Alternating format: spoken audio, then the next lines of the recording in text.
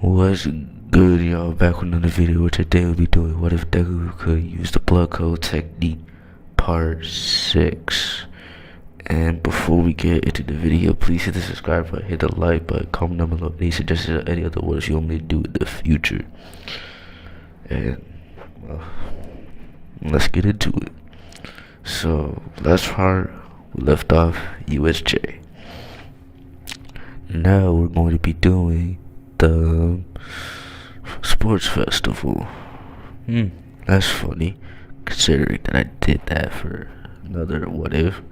But yeah, but let's get into it.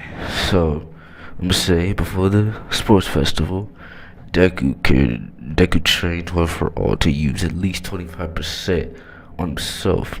But not only that, he also trains the other clones that they can also use the same amount of usage or percentage that Deku can use. So now if he were to make 7 or what is his max clone, 10, 15 I think, if he makes 15 clones, all 15 of them will be able to use 25% of what for all.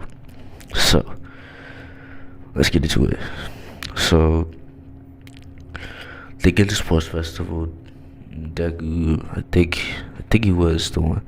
I don't remember, but if it's same either way, they just say that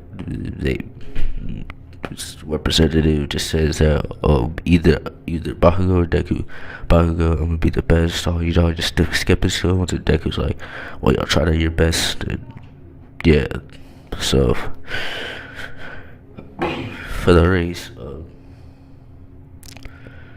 Deku uses one for all, solely one for all, just one for all. He just runs through because you don't need the clones to do most of the stuff here, right? And he just runs there. I'm gonna spice it up and say Deku on the rope thingy, he slips and then he made a clone which catches the rope, which he caught the clone, and then the clone throws him up to the next one and then disappears, and then Deku just keeps going. And for the mines, he just speeds through with one for all, 25%. So now the cavalry battle. I'm gonna say everything happens the same in the enemy, right? Where everyone glares at him. I'm gonna say Uraka does the same thing. It's the same thing as Ida, who, as much as she respects Deku, she wants to try to prove that she's not solely dependent on him. But she still likes him, but she's just to show that she's not dependent on him. Okay? Like, just to test herself, basically. Just to test herself, alright? If she could do it without. So, I'm gonna say no one shows up. So, Deku just makes clones. The real one is him on top. And Deku just commanded what they gotta do. So, they dodging. What Deku says, go down. I'm gonna say Deku's able to make the clones, like, they can. Okay. So, like, how they disappear is like their blood. Like, it's like how, I don't know if y'all see Spider-Man 3, even though the movie is cringy, that's like, I'm pretty sure that was the precursor of Thanos is snapping, alright? So, how Sandman disappears, right? I might show a small little clip of it. How Sandman disappears, right?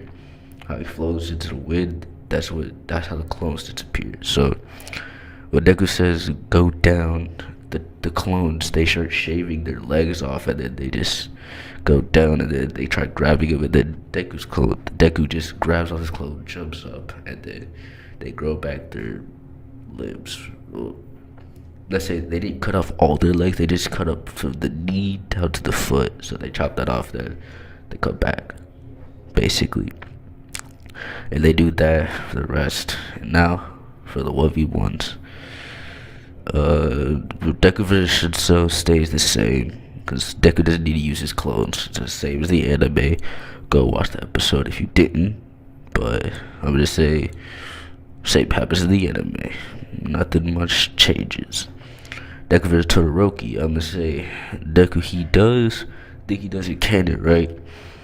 But every time he throws punch at the ice makes like some sort of steamy like watery like thing which distracts Todoroki. So Todoroki's only focused on Deku. So Deku throws out a few clones to go from like trying to attack him, like surprise attack, and then like Deku's still like doing all this, and then the thing when Deku punches Todoroki, I would say the clones grab onto him, and then once Deku punches, they shave off their arms and then they grow back, and then like Todoroki started flying, and then yeah, then the rest continues same as canon. Deku throws.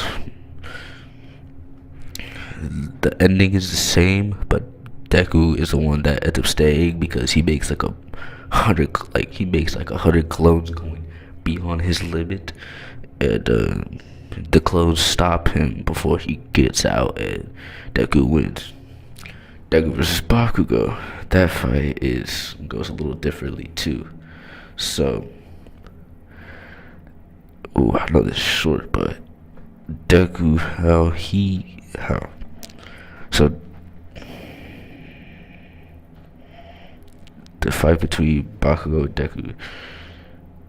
So Bakugo throws explosions. I'm saying Bakugo's more careful with his surroundings. Let's say he's more observant. You could say not observant, but more cautious, more on alert, because Deku could be throwing a clone and he will not have known it until it's too late. So yeah, but I mean there's some clones that he missed, but Deku sends out 3 clones. The second Bakugo explodes Deku right in his face, and then like all the clones start fighting Bakugo destroys all the Deku throws a 25% smash right to the gut, and then Bakugo sends an explosion at the same time, which sends them back. Bakugo catches himself with his explosions, and Deku gets caught by its clones. And then I'm gonna say what they did in part 2 versus Deku versus Bakugo, when they jumped in the air. I'm gonna say Deku, he jumps in the air, so does Bakugo, and then they just do like a huge fight in the air, and then Deku just pulls back his fist, punches Bakugo with 25. That actually goes beyond it. It goes 35. Like, actually, no, he goes 50, breaks his arm, and then, like, it sends Bakugo flying. And, yeah, Bakugo catches himself, and then, but by the time he does that, it's already too late. He exhausted his arms, and then he did it, but he didn't have enough power to make it back into the arena, so he lost, and Deku wins. But Deku first, Bakugo second, and that's where I'm gonna leave it off at. Jeez, I just realized this about what ifs are getting shorter and shorter by the day. Jeez. But I mean, anyways, I might have to figure out a way to make my what ifs longer. Shit. But anyways, I'll see. Don't forget to subscribe, like the video, and I'll see y'all the next one. Peace.